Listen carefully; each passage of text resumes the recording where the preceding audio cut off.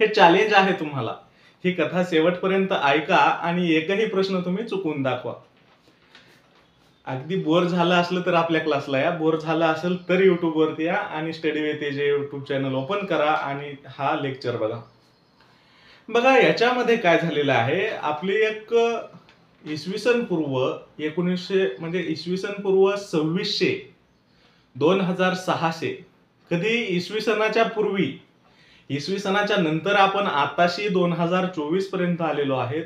हे 2024 वर्ष पाठीमागं जायचं आणि त्याच्याही पाठीमागं 2600 वर्ष जायचं, म्हणजे काय आलं, इसवी सन पूर्व 2600. ह्या कालावधीमध्ये मित्रांनो, आपली जी आज आपण जी लाईफस्टाईल जगतोय ना, हा आपल्याही पेक्षा काही प्रमाणात चांगल्या प्रकारची सुद्धा ते लाईफ जगत होते. कशी, एक 1853-54 साली आपली जी कराची ते लाहोर रेल्वे गेलेली आहे मित्रांनो. कराची ते लाहोर रेल्वेचं काम चालू होतं आणि त्या कामाच्या वेळेस त्यांना विटांचे अवशेष सापडले.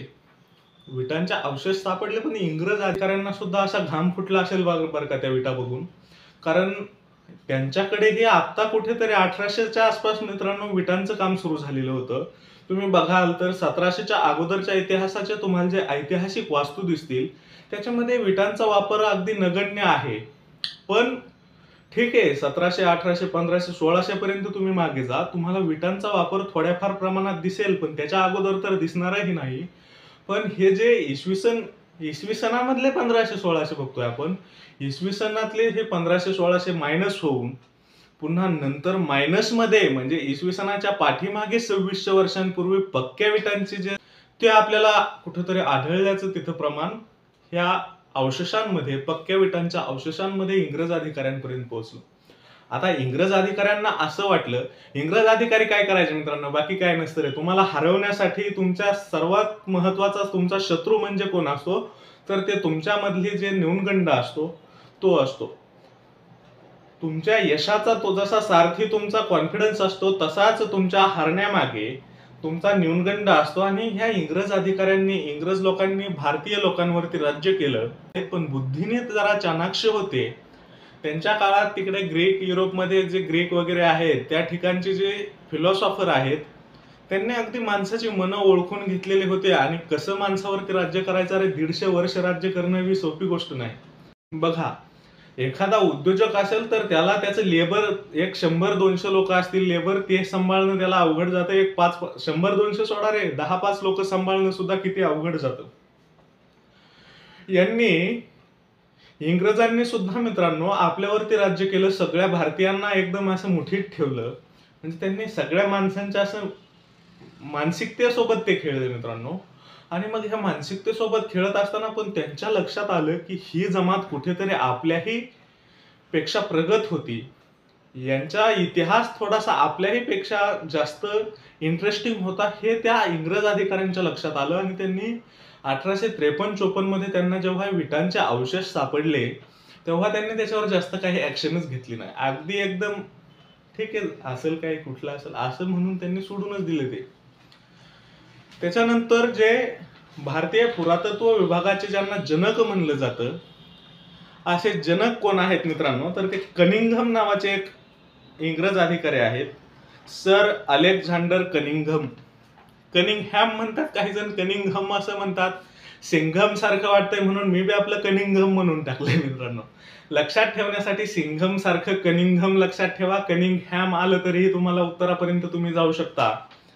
अशा पद्धतीचा मित्रांनो तो कनिंघम जो आहे, तो कनिंघमने काय केलं की अगदी ठीक आहे, पुरातत्व विभागाचा अधिकारी म्हणजे जनक होता तो, पण त्यालाही थोडंसं मॉडर्न काहीतरी वेगळं असेल असं त्याला जाणीव झालीच असेल मित्रांनो. त्याने अगदी नजरेआड विषय टाकला.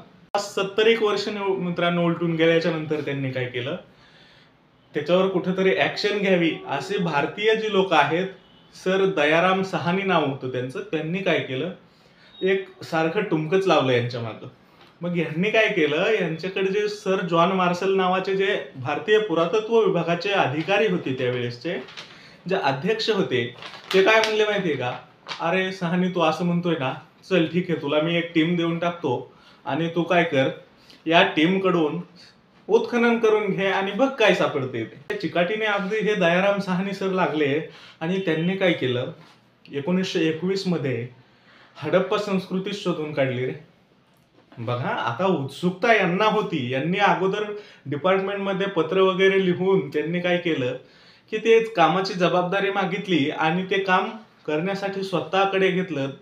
सर दयाराम साहनी नाव होतं त्यांचं. त्यांनी हडप्पा संस्कृतीचा शोध लावला. आता नंतर जेव्हा त्यांना शोध लागला, त्यांनी हडप्पा संस्कृती शोधली. नंतर लगेच राखालदास बॅनर्जी जे होते, मग जर त्यांनाही थोडंसं वाटलं की आपणही काहीतरी करावं, तेही मागे राहिले ना मित्रांनो. त्यांनी लगेच मोहेंजोदडो जो आपला हडप्पाच्या शेजारी आहे ते शोधून काढलं. 1922 मध्ये मोहेंजोदडोचा शोध लागला. मग मित्रांनो त्यांच्या असं लक्षात आलं, मोहेंजोदडो हडप्पामध्ये जे विटांची घरे होती. आता विटाचा शोध त्या काळात मित्रांनो, तो काळ म्हणजे विचार करा, त्यांच्या अगोदरची 2600 वर्ष, अरे 600 वर्ष आपण जर आणखी पुढे गेलो तर काय काय प्रगती होईल तुम्ही कल्पनाही करू शकत नाही. एवढे जर तुम्ही इतक्या दिवसांपूर्वीच्या इतिहासामध्ये तुम्हाला जर भाजलेल्या विटा सापडतायत, म्हणजे काय आपले जे पूर्वज होती किंवा कुठेतरी आपलं जे पूर्वजांचा इतिहास आहे तो सुद्धा मित्रांनो कमी नाही ना. आपल्याला बोर झालं ना, आपण लगेच युट्यूबला जाणार, मोटिवेशनल व्हिडिओ बघणार. मग मोटिवेशनल व्हिडिओ सर्च केल्याच्या नंतर 1-2 रील्स येणार मोटिवेशनलच्या, नंतरच्या लगेच रील्स येणार बेवफा तेरा मासूम चेहरा. मग आपल्या ह्या रील्स वरती आपला 1-2 तास असं ढकलत जाणार.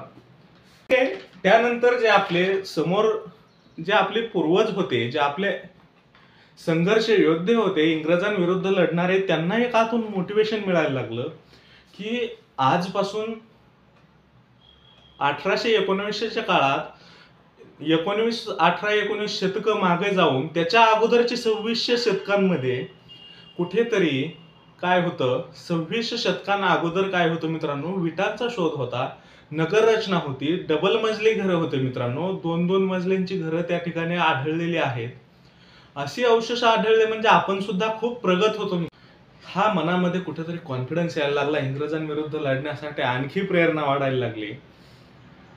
आणि त्यामुळे तिथून पुढे तर अगदी एकदम म्हणजे बघा 1920-21 हा काळ सुद्धा लक्षात ठेवा. ह्या 1920-21 नंतर लगेच मग स्वातंत्र्याची मागणी व्हायला लागली, ह्या सर्व गोष्टी वाढायला लागल्या.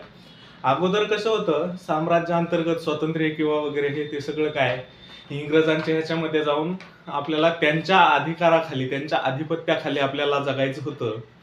पण नंतर असं समजायला लागलं, अरे आपला इतिहास जो होता तो इसवी सन पूर्व 2600 मध्ये, त्या काळात जी नगररचना होती त्या नगररचनेमध्ये मित्रांनो सगळ्या लोकांना समान दर्जा असायचा. म्हणजे आज जी लोकशाही आहे असं म्हणतात की हडप्पा संस्कृतीमध्ये सुद्धा लोकशाही होती.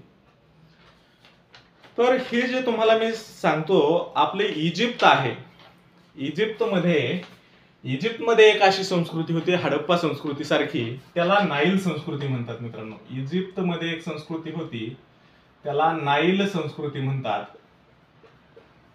इजिप्त मधली नाईल संस्कृती. त्यानंतर इराक इराण जे होतं आपलं, इराक इराण मध्ये मित्रांनो एक संस्कृती होती, त्याचं मेसोपोटामिया असं नाव होतं मित्रांनो. मेसोपोटामिया.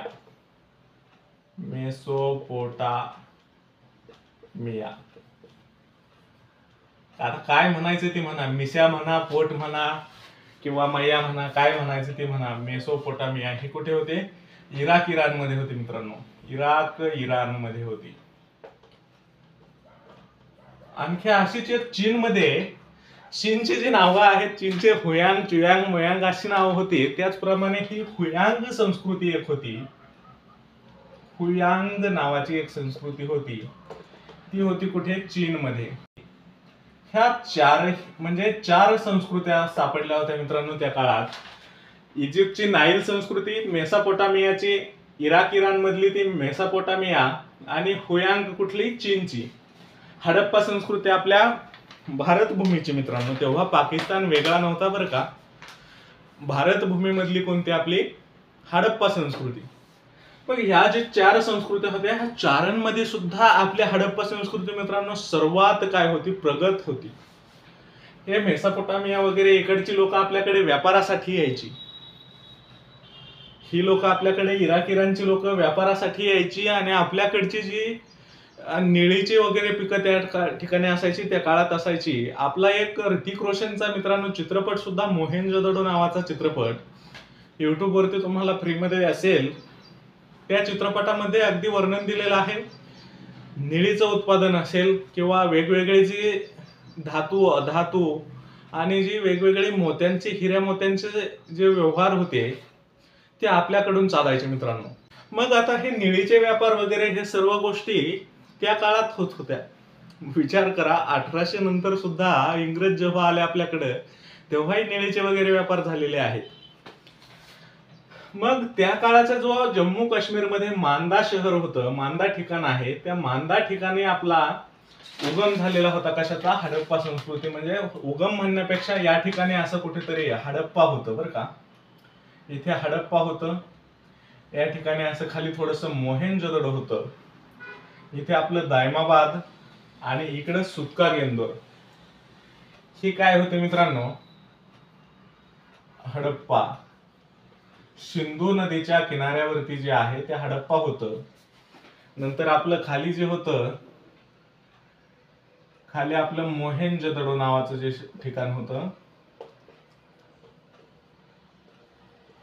याच्यामध्ये आणखी भरपूर आहेत बरं का मित्रांनो, कोटडिजी वगैरे. पण ह्या कोटडिजी वगैरे बाकीची जी शहरं आहेत त्याचा आपल्याला जास्त अभ्यास करायची गरज नाही.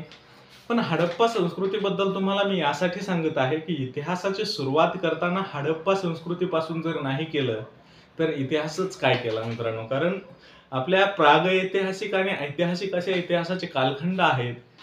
त्यामध्ये इतिहासाचे 3 कालखंड मानले जातात मित्रांनो. मुळात एक प्राचीन आहे, तो प्राचीन इतिहास जो आहे तो म्हणजे इसवी सन पूर्व काळापासून, म्हणजे अगदी अश्मयुगातल्या काळापासून ते इसवी सन 8व्या शतकापर्यंत प्राचीन इतिहास होता. त्याच्यानंतर जो दुसरा इतिहासाचा कालखंड झाला तो मध्य इतिहासाचा जो कालखंड आहे, मध्ययुगीन इतिहास म्हणतो आपण त्याला. तर तो 9व्या शतकापासून ते 18व्या शतकापर्यंत झाला. आणि नंतर 19व्या शतकापासून आजपर्यंतचा जो इतिहास आहे मित्रांनो तो आधुनिक इतिहास म्हणून ओळखला जातो.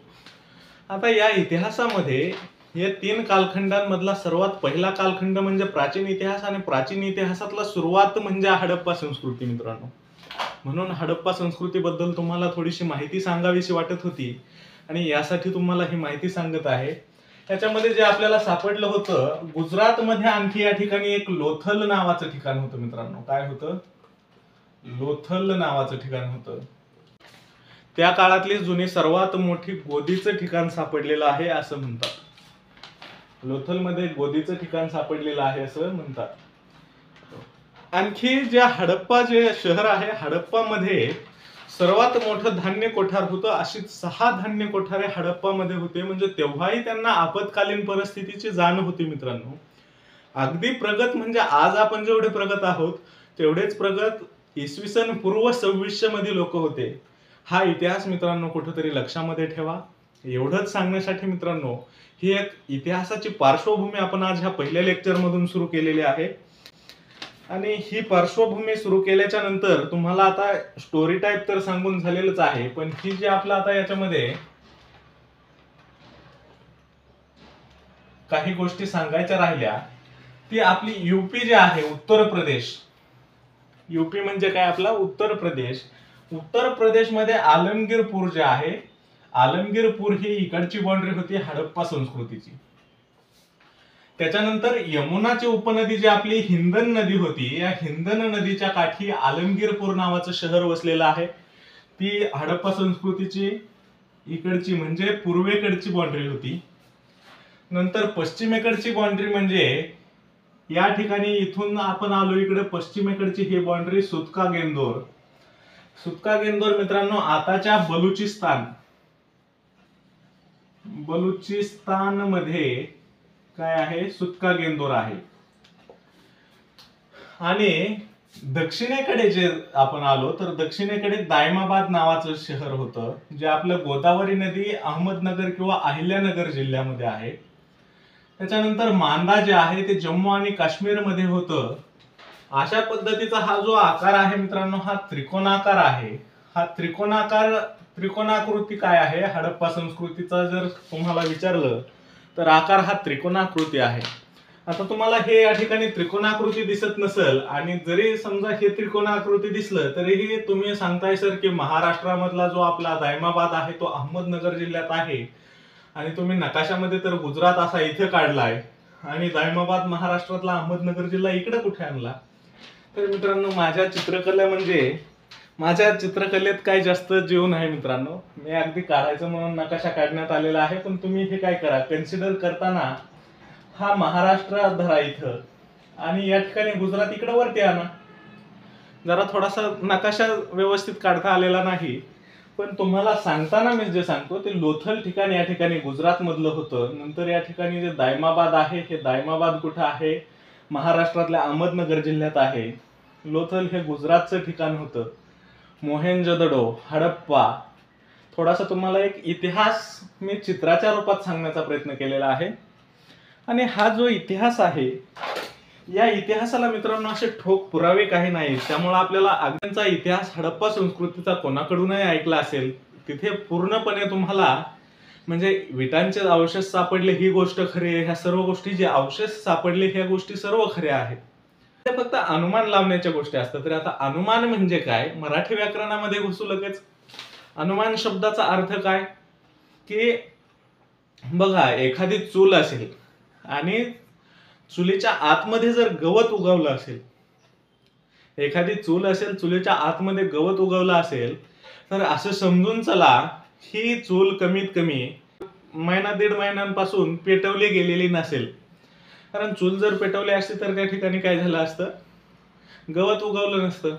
याच्यावरून आपण सांगू शकतो की ही चूल बऱ्याच दिवसापासून पेटवली नाही. असे जे अनुमान आहेत, जे आपले अंदाज आहेत, जे निष्कर्ष आहेत, हे अशी निष्कर्ष पुरातत्व विभागाने लावून आपल्या समोर एक थोडासा इतिहास मांडण्याचा प्रयत्न केलेला आहे हडप्पा संस्कृतीबद्दलचा, आणि तोच इतिहास मी तुमच्या समोर मांडण्याचा प्रयत्न या ठिकाणी केला आहे. मित्रांनो, हा माझा प्रयत्न किंवा हा शिकवण्याची पद्धत तुम्हाला जर आवडली असेल तर चॅनलला लाईक, शेअर, सबस्क्राईब करा, आणि जास्तीत जास्त विद्यार्थ्यांपर्यंत आपला चॅनल पोहोचवा ही सर्वांना विनंती आहे. धन्यवाद.